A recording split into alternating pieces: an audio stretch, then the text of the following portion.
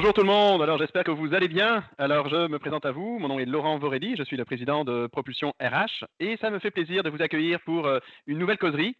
Pour ceux qui connaissaient moins le concept, tout simplement, de manière très informelle, je reçois une personne, en général une personne qui est une personne dans le domaine des ressources humaines ou une personne qui a un intérêt relié à la gestion des ressources humaines et tout simplement on échange sur un sujet en particulier. Alors aujourd'hui, j'ai la chance d'accueillir une personne qui est vice-présidente en ressources humaines, Frédéric Denis. Et Frédéric, je vous la présente en 2 minutes. Elle a un bac en relations industrielles et elle travaille depuis 10 ans chez H2O Innovation, une entreprise en pleine croissance. Et Frédéric va avoir l'occasion de nous partager un petit peu de son parcours, de son expérience et des bonnes et peut-être des fois des moins bonnes pratiques qu'on peut avoir lorsqu'on est dans ce genre de contexte-là de fusion-acquisition. Alors bonjour Frédéric, comment vas-tu?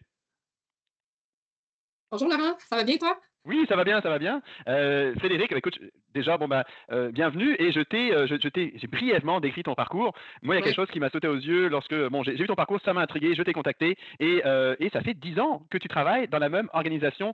Et on le sait que, il y a beaucoup de personnes, on le voit d'ailleurs sur LinkedIn, etc., les gens qui changent beaucoup de postes, d'organisation, d'entreprise. Ça n'a pas été ton cas. Toi, ça fait 10 ans que tu travailles dans la même entreprise. Alors, qu'est-ce qui fait que ça fait 10 ans? Puis, y vois-tu un certain intérêt d'être depuis 10 ans dans la même organisation? Une bonne question, en fait. Ben, effectivement, moi, je pense que la loyauté, ça peut être payant. Je t'ai menti, Laurent, là, ça va faire 10 ans, donc ça fait 9 ans officiellement, mais je vais entamer ma 10e année sous peu.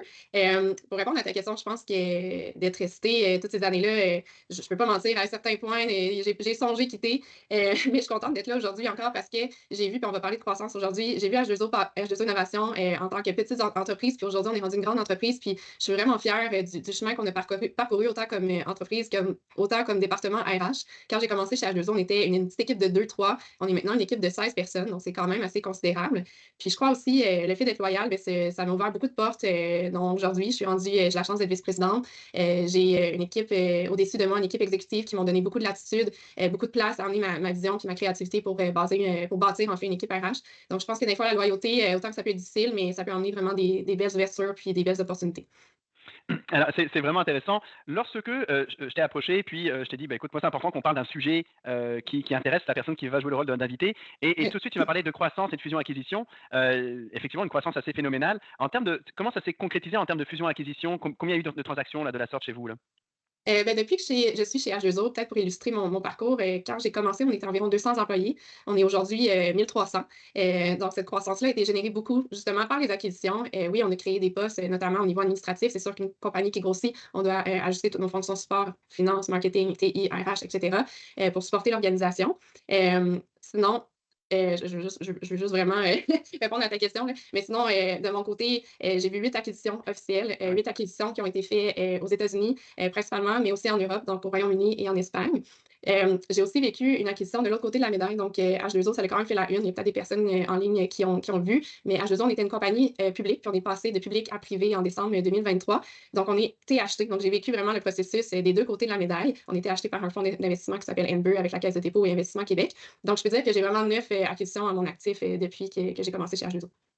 Peux-tu juste, parce que H2O, je ne sais pas si ça parle à tout le monde, peut-être peux-tu en 2 mots décrire un peu votre secteur d'activité, vos activités? En 2 mots, ça va être difficile, mais je vais tenter de le faire. Donc, H2O, on est une entreprise qui est spécialisée dans le domaine du traitement des eaux. Donc, on va se spécialiser dans les technologies de traitement d'eau potable, d'eau usée. On a des produits de spécialité, donc des produits chimiques. On fournit des membranes qui vont autant servir dans nos projets à nous que chez des concurrents qui vont utiliser d'autres systèmes qui ne sont pas les nôtres. On a une ligne d'affaires qui est très humaine, qui s'appelle Opération Maintenance, donc des gens, des techniciens de service, des opérateurs qui vont opérer les systèmes de traitement des eaux. On fait de l'infrastructure aussi, donc des projets super intéressants là, au niveau du recyclage de l'eau, notamment dans des infrastructures telles que des hôpitaux, des universités. Donc, c'est super intéressant. Puis, on a aussi une ligne d'affaires qui se spécialise dans la sériculture. Donc, on a une gamme complète d'équipements dédiés à la sériculture. Puis, on commence à explorer un peu le volet agroalimentaire. Donc, c'est une entreprise qui est très complète dans notre offre de services, complexe aussi par nos opérations dans plusieurs pays, nos opérations qui sont très différentes d'un pilier à l'autre. Donc, voilà, j'espère que ça explique bien ce qu'on fait. Excellent, excellent. On va parler de fusion-acquisition. J'ai fait un peu une petite recherche et pour découvrir que, en fait, dans la majorité des cas, Oui, ces fusions et acquisitions sont considérées comme des échecs. Et oui, je regardais un peu les études et les facteurs principaux qui se dégagent, c'est souvent la gestion des ressources humaines. des Effectivement. défis, des défis, le fait que des cultures d'entreprise ne sont pas compatibles, des fois des systèmes informatiques, des fois, mais souvent c'est des éléments reliés à la gestion des ressources humaines. Alors je ne sais pas quelle a été ton expérience et derrière. Puis, en fait, j'aimerais ça même poser la question à tout le monde, à savoir, tu sais, j'ai oublié de vous dire pour ceux qui assistaient à la causerie, mais vous avez aussi votre part à jouer là-dessus, à savoir si vous avez des questions à nous poser à moi et Frédéric, si vous avez des commentaires là-dessus, n'hésitez pas. Il y a la fonctionnalité clavardage qui est là, donc je sais que j'avais mis un petit mot là-dessus. La question que je vous pose simplement, c'est, avez-vous déjà vécu, peut-être êtes-vous en train de vivre une situation de, comme le mentionnait Frédéric, soit de racheter notre entreprise, vous étiez dans une entreprise qui a dû racheter notre entreprise, ou alors vous avez vous-même été racheté comme entreprise. Alors je vois, bon, il n'y a pas beaucoup de réponses, vous pouvez répondre directement dessus, mais moi je suis pas mal sûr que quasiment tout le monde, d'une manière ou d'une autre, a été peut-être pas un acteur actif, mais en tout cas a dû participer ou subir, en fait, dépendamment des situations, les fusions-acquisitions. Puis on le sait que là, on le sait qu'il y a des expériences d'échecs connues là-dessus. Je veux dire, une que je me souviens, c'était dans les années 2000. Alors ça ne nous rajeunit pas, mais c'était AOL et Time Warner. Il y a eu une fusion-acquisition de ces deux entreprises, une entreprise Internet, puis une entreprise qui était plus dans le domaine du divertissement, télévisuel, cinéma, etc. Et puis il y avait vraiment eu un clash au niveau culturel, avec du côté une entreprise qui était AOL, très, très basée sur l'innovation, etc. Puis Time Warner qui était très traditionnelle. Et il y a eu beaucoup, beaucoup de problèmes là-dessus avec des dirigeants qui avaient des visions différentes, etc. Donc je sais pas toi comment tu l'as vécu, comment as-tu vécu ces fusions-acquisitions? C'est un très bon point. Puis, je lisais un article du Harvard Business Review, qui est quand même une source assez fiable d'informations, qui disait que le 2 tiers des fusions-acquisitions échouaient notamment en raison d'un manque de planification au niveau des ressources humaines, une mauvaise gestion des ressources humaines au niveau de l'intégration. Donc, c'est quand même 2 tiers, 67%, c'est quand même un chiffre considérable. Mais oui, puis souvent, dans le domaine de fusion-acquisition, on va parler beaucoup du volet financier, du volet légal, du volet juridique. Puis le monde RH est un petit peu mis dans l'ombre, on entend un peu moins parler, mais pourtant, c'est tellement important. Euh, dans le volet, puis je vais parler un petit peu plus peut-être du volet acquisition. Là, j'imagine que tout le monde comprend un peu la distinction entre le volet fusion et acquisition. Donc, fusion, le but est toujours de créer de prendre deux entités, en fait, et d'en créer seulement une. Un exemple qu'on a vécu à Québec, je ne sais pas si les gens sont plus à Québec, je suis à Québec ou à Montréal, là, mais il y a SSQ et la capitale qui se sont regroupés récemment pour former Beneva. Donc, c'est un bel exemple de succès de fusion. Au niveau acquisition, c'est quand une entité ou une entreprise, en fait, va l'acheter une autre entreprise dans le but de créer une seule entité. Puis là, il y a toutes sortes de types d'acquisitions. Je ne rentrerai pas dans ces détails-là là, pour l'intérêt du webinaire aujourd'hui de la causerie. Mais tout ça pour dire que le rôle RH étant souvent dans l'ombre, ça peut générer, comme on parlait, des échecs. Pourquoi? Mais parce que le volet RH, c'est tellement sensible. En fait, c'est là où on va voir, comme tu disais, Laurent, ce qu'il y a une compatibilité dans la culture. C'est tellement de base, mais c'est souvent malheureusement oublié. Au niveau de l'intégration, si les RH ne sont pas là, ça peut vraiment causer, au niveau, si la communication, la gestion du changement est mal faite, on peut avoir des employés qui vont éprouver de la résistance au changement. Ça peut générer de la peur, de la crainte. On parle de l'emploi des gens, donc c'est un sujet qui est super sensible. Des gens qui vont être craintifs, mais c'est sûr que ça va créer des rumeurs, ça va créer un environnement de travail qui est généralement malsain. Puis un environnement de travail qui est malsain, va générer des départs, donc un taux de roulement. Puis avec ça, le coût du taux de roulement, un impact direct sur la qualité des opérations, donc un impact direct sur ton bottom line, si je peux me permettre l'anglicisme, donc sur tes revenus financiers et donc l'échec. C'est vraiment C'est intéressant parce drastique, que, là? ouais, ouais. Non, mais c'est super intéressant parce que effectivement, quand on voit notamment des acquisitions, on prend le cas de la fusion, je pense un peu différent parce qu'une fusion, il y a de l'acceptation des deux bords. En tout cas, j'imagine qu'il y a peut-être plus de Oui. chances de succès. Mais sur l'acquisition, c'est vrai que les décisions qui sont souvent prises, c'est des décisions financières. Hein, ou au mieux opérationnelles, mais rarement reliées aux ressources humaines. Nous, il y a un outil qu'on utilise, et je ne sais pas si toi, tu as été impliqué avant même que la décision soit prise là-dessus. Parce que je ne sais pas comment tu vois le rôle, mais je peux imaginer que les ressources humaines pourraient jouer un rôle d'aider à la décision de savoir est-ce qu'on va de l'avant ou on ne va pas de l'avant. Définitivement. Je peux peut-être parler un peu plus du processus de veille diligente qui est intéressant ou des fois, ou parfois, en fait, souvent les RH sont négligés, mais pourtant vraiment, vraiment important. En fait, je compare toujours le processus d'une acquisition un peu comme l'achat d'une maison. Donc, premièrement, on va décider qu'on va de l'avant, on va magasiner, on va faire affaire avec un courtier. Parfois, on va aller voir c'est quoi notre financement, combien d'argent qu'on peut dépenser. Puis, ben, on va faire inspecter notre maison, évidemment, pour voir c'est quoi le risque. Est-ce qu'on est confortable avec ces risques-là ou est-ce qu'on décide de finalement pas aller de l'avant parce que les risques sont trop importants. Donc, c'est la même chose qu'on va faire au niveau de l'achat d'une entreprise. On va faire une veille diligente. Et puis, le rôle des RH dans cette veille vigilante-là est super important. Donc, on va aller évaluer c'est quoi les risques d'un plan de vue humain, rémunération globale. Donc, dans cette veille diligente-là, on va aller voir, bon, est-ce que, premièrement, on peut regarder si la culture d'entreprise est compatible, est-ce que les missions, les valeurs se ressemblent, est-ce qu'on s'en va au même endroit, la base. Ensuite, bon, on va aller voir, est-ce qu'il y a des litiges en cours, est-ce qu'il y a des conflits de travail en cours, est-ce que si on achète une entreprise dans un autre pays ou dans une autre juridiction, les lois du travail sont complètement différentes, est-ce qu'on est capable de travailler avec ça? Ensuite, combien ça va coûter d'harmoniser cette entreprise-là avec la note, d'emmener les plans de rémunération globale, que ce soit les échelles salariales, que ce soit les avantages sociaux, que ce soit les plans de bonification, comment ça va coûter d'emmener les deux entreprises dans une certaine équité, si on veut. Ensuite, c'est quoi les processus qui sont en place, en RH dans l'entreprise qu'on achète? Ça peut arriver qu'il n'y en ait aucun. Moi, je l'ai vécu, souvent, chez HEC, on a acheté des entreprises qui sont plus, spécialisées, au niveau de l'opération maintenance. Donc, c'est des entreprises qui sont souvent familiales, qui font les mêmes choses depuis de nombreuses années, que c'est quelqu'un, qui gère les finances, qui gère les TI, qui gère les RH, puis cette personne-là apporte plusieurs chapeaux, mais il n'y a pas nécessairement de processus en place, donc c'est important de l'identifier, ça. Après ça, bon, c'est qui nos employés clés? Est-ce qu'il y a des clauses spéciales qu'on devrait aller rédiger dans les contrats des employés qu'on achète? Est-ce qu'il y a des clauses non dites aussi qui pourraient porter problème dans tout ça? Donc, il y a énormément, puis là, je pourrais m'emporter, là, c'est sûr que c'est un sujet large à couvrir en 20 minutes. Mais Mais bref, ouais. c'est vraiment de souligner, en fait, les risques RH, puis à partir de là, de prendre une décision. Est-ce qu'on est capable d'aller de l'avant avec ces risques-là? Est-ce qu'on est prêt à les assumer ou c'est trop risqué? On décide de pas aller de l'avant parce qu'on juge que les cultures sont complètement incompatibles, ça va coûter trop cher d'emmener tout le monde sur une base équitable, c'est trop risqué, on va pas de l'avant. Donc, c'est pareil comme un inspecteur de maison. Moi, j'adore ta comparaison. Là, c'est possible que je te la vole, cette comparaison-là, parce que je la trouve très, très, très pertinente en soi, là, puis c'est très parlant. Et puis là, je vais te prendre au mot, là, parce que tu as cité quelque chose, puis tu as dit qu'on achète les gens, puis je pense que c'était un lapsus, etc. Mais est-ce que c'est possible, à travers les expériences d'achat que tu as vécues, qu'il y ait des personnes qui sont dans l'entreprise achetée, qui se sentent achetées et qui, finalement, ont du mal à embarquer dans le processus? Et je me souvenais, il y avait HP et Compaq, hein, deux entreprises, des imprimantes, etc. Et puis, Compaq, il y a plein d'employés qui ont quitté le bateau parce qu'ils n'acceptaient pas, tout simplement, de se faire acheter là-dessus. Il n'y a pas que ça, il y a d'autres éléments, mais notamment, il y a ce sentiment. As-tu vécu des choses similaires? Et puis, que peuvent faire les RH pour accompagner cette intégration-là, là, qui est certainement un élément très, très critique, là? Tellement. Puis je l'ai vécu aussi, tu sais, nous, on est une compagnie canadienne qui fait des acquisitions principalement dans d'autres pays. Donc, quand tu es un Américain, désolé, qui se fait acheter par une compagnie canadienne, il peut aussi avoir certains stress, certaines inquiétudes face à ça. Quand tu es un employé en Europe qui se fait acheter par une compagnie canadienne, la même chose. Donc, tout ça, ça génère beaucoup d'inquiétudes. Je pense que le rôle RH, mais en fait, généralement, puis moi, je suis chanceuse, là, j'ai vécu des acquisitions assez smooth dans le sens que notre but, c'est d'acheter des compagnies qui vont venir amener une valeur ajoutée à notre mission. Donc, on respecte ce que ces gens le font, on respecte leur expertise. On n'a jamais fait une acquisition pour, je vais me permettre l'expression québécoise, de passer la gratte. Donc, on n'a jamais fait de mise à pied majeure. On n'a jamais fait de mise à pied tout court dans les acquisitions qu'on a faites. Donc, c'est somme tout agréable d'un point de vue RH. Mais oui, pour essayer de ralentir un peu cette crainte-là que les employés qui se font acheter ressentent, le rôle RH est critique dans la gestion du changement. Il faut être sur place, il faut être à l'écoute, il faut être capable de se mettre aussi dans les bottines des gens qui se font acheter pour être capable de les rassurer. Puis je pense que de valoriser souvent ce que ces gens-là font, puis ce qui amène en fait à la compagnie qui les achète, une fois qu'ils vont comprendre à quel point eux peuvent emmener une valeur ajoutée, je pense que c'est là que tu vas aller chercher de l'engagement. J'aime ça, hein. Ce que j'entends, c'est d'aller sur place, d'aller échanger. Moi, j'ai tout récemment un ami qui travaille dans une entreprise dans le domaine des technologies, et en fait, ce qu'il me disait, il me disait: «On vient de se faire racheter, on ne sait absolument pas ce qui va se passer». C'est ça. Et donc on imagine, hein, période d'incertitude, on rajoute de l'incertitude là-dessus. C'est sûr que c'est pas évident là-dessus. Donc, est-ce qu'il y a d'autres choses, tu sais, tu dis: «On va sur place», et cetera. Est-ce qu'il y a d'autres choses qui peuvent faire en sorte que, je sais pas, qu'on communique, qu'on rassure, que faire en sorte qu'on évite ce genre de sentiment là, de la part des personnes, encore une fois, qui se font racheter, hein, tu sais?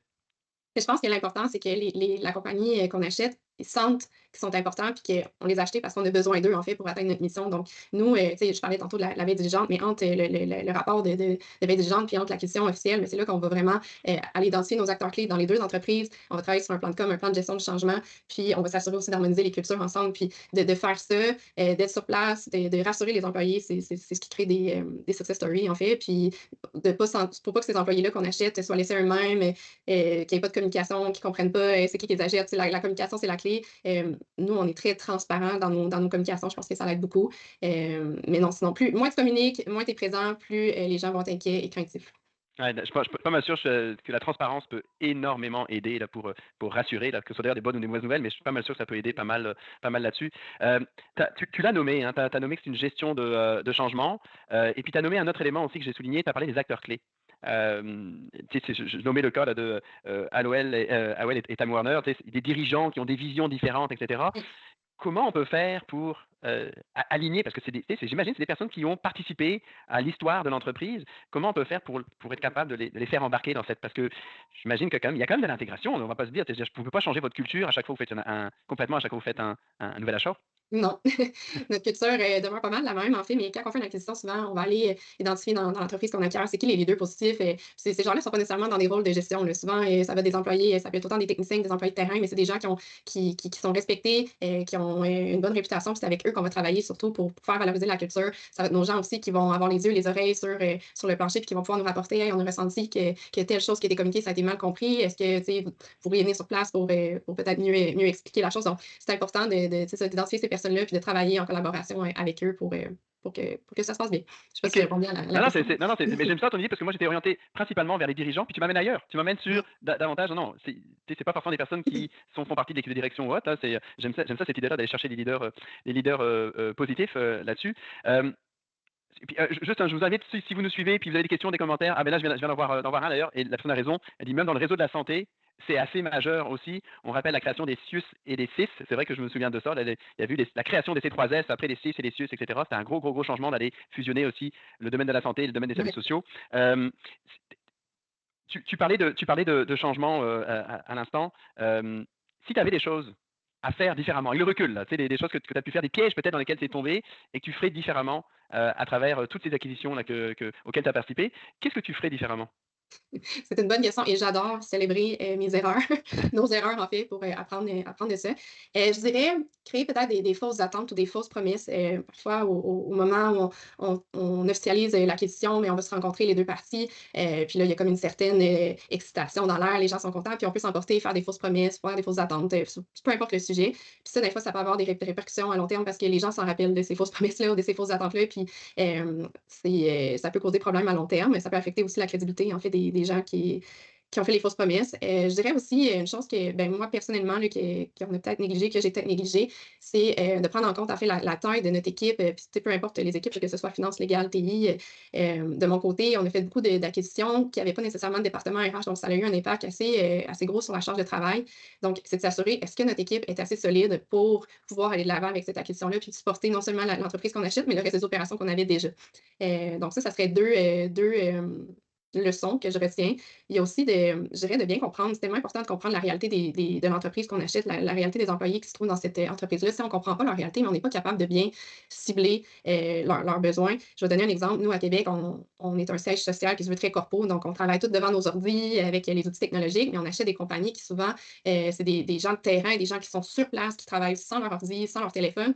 Puis des fois, on s'attend d'eux qui utilisent les outils technologiques, puis nos 100 systèmes informatiques pour des formations et toutes sortes de trucs. Mais il faut comprendre que ces employés-là, leur but, c'est de desservir nos clients en termes de traitement des eaux. Puis des fois, leur urgence, c'est pas les mêmes que nous autres. Fait que des fois, il faut comprendre leur réalité pour être capable de s'ajuster puis de mieux implanter, en fait, les processus qu'on leur demande d'implanter, en fait. C'est très intéressant. Puis quelque chose que tu as nommé et moi, je t'ai beaucoup interrogé sur l'entreprise achetée et les employés, hein, de l'entreprise qui est achetée. Mais tu viens de nommer quelque chose, c'est aussi l'impact que ça peut avoir sur la compagnie qui acquiert. Donc, mettons dans votre cas, là, il y a aussi des impacts opérationnels, il y a aussi des impacts, je peux imaginer, de marché, et cetera, là-dessus. Donc j'imagine que, est-ce qu'il y a une manière de pouvoir aussi s'assurer que de leur côté ça va bien et peut-être de les faire contribuer aussi au succès de cet achat-là? Je suis pas sûre de bien comprendre ta question. Je Ah, vais juste bien non, la il y a pas il y a répondre. pas de souci. Non, non, il y a pas de souci. Est-ce que du côté des employés qui font partie de la compagnie, qui achètent l'autre Oui, compagnie, ouais. est-ce qu'il y a une manière de pouvoir les intégrer pour contribuer au succès de cette transaction-là? Définitivement, puis il y a souvent des synergies aussi, tu sais, je vais encore donner l'exemple d'H2O, là, c'est c'est mon monde, mais je vais donner l'exemple de nos employés d'opération maintenance, comparativement à nos ingénieurs, puis nos employés qui se spécialisent plus dans les technologies des traitements des eaux. Mais nos employés d'opération maintenance, à tous les jours, vont rencontrer des clients potentiels. Fait qu'il y a tellement de synergie à faire entre les 2 piliers d'affaires qu'on a réussi à créer. C'est super le fun maintenant de voir les employés de H2O qui étaient là depuis des années travailler avec les nouveaux piliers d'affaires, puis de voir cette synergie-là qui a été créée. Fait que je sais pas si je réponds bien à ta Oui, question, c'est ça. Non, mais non, c'est bien. Puis moi, j'imagine que c'est ça, c'est que d'être capable de les faire contribuer à former, par ouais, exemple, à accompagner, à supporter sur le terrain, ouais. parce que, tu sais, j'imagine que une fois que la transaction a lieu, ça s'arrête pas là, quoi. Tu sais, même si on a pris sur la culture, et cetera, il y a un travail continu qui doit être fait pour s'assurer d'avoir une bonne intégration là-dessus. Il y a une question qui est posée. Alors, la question autour des indicateurs clés que les RH doivent surveiller pour mesurer le succès d'une fusion en termes d'intégration de talent et de culture. As-tu quelques idées en tête de dire, tiens, il y a tel indicateur qui vont nous donner si, au niveau RH, là, si ça a fonctionné ou pas? C'est une très bonne question.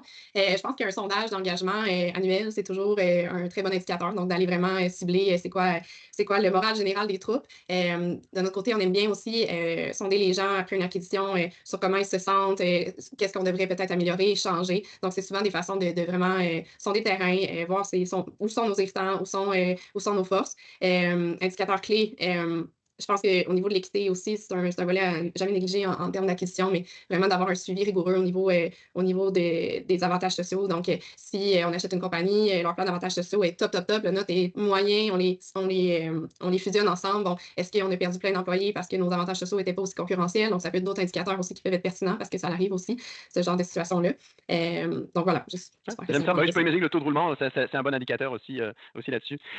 Écoute, Frédéric, moi, en tout cas, c'est un sujet qui me passionne. Je trouve qu'on aurait eu assez de matière pour aller encore plus loin là-dessus, mais voilà, ça passe vite. En tout cas, j'espère que vous avez. Je vous envoie un sondage à tout le monde, savoir qu'est-ce que vous avez retenu de cette causerie. Juste un ou deux mots-clés là qui vous parlent par rapport à ça. J'espère que cet échange vous inspire pour pouvoir jouer un rôle. C'est quasiment la dernière question que j'aurais à te poser. C'est j'ai l'impression que de votre côté, il y a une culture d'ouverture, mais qu'est-ce que tu pourrais conseiller aux RH qui aimeraient s'impliquer dans ce genre d'initiative et qui ne sont pas forcément impliqués naturellement par leur direction? Est-ce que tu aurais quelque chose à leur donner comme astuce ou bonne pratique? Mais certainement, je pense qu'il faut valoir le rôle faut faire valoir le rôle des RH en acquisition. Je pense qu'on a quand même souligné plusieurs enjeux aujourd'hui, puis plusieurs arguments, en fait, qui vont vraiment, renforcer, en fait, le fait que les RH doivent être impliqués dans le rôle, des acquisitions. Puis comme tu dis, Laurent, 30 minutes, c'est tellement pas beaucoup de temps. J'ai l'impression d'avoir vraiment effleuré le sujet. J'aurais aimé ça rentrer plus dans le détail, de plusieurs, aspects. Mais non, si vous êtes en RH présentement, là, que la compagnie pour laquelle vous travaillez a des plans de croissance, c'est le temps d'aller faire valoir, votre place, puis les risques aussi liés à un manquement, de gestion du capital humain dans ce contexte-là. Excellent, excellent, excellent. Merci Frédéric là-dessus, Merci à toi, puis Laurent. merci de ton partage. Puis là, je vois là, tu sais, les mots-clés qui sont ressortis, rôle essentiel. Donc, je pense que ton message, il est passé.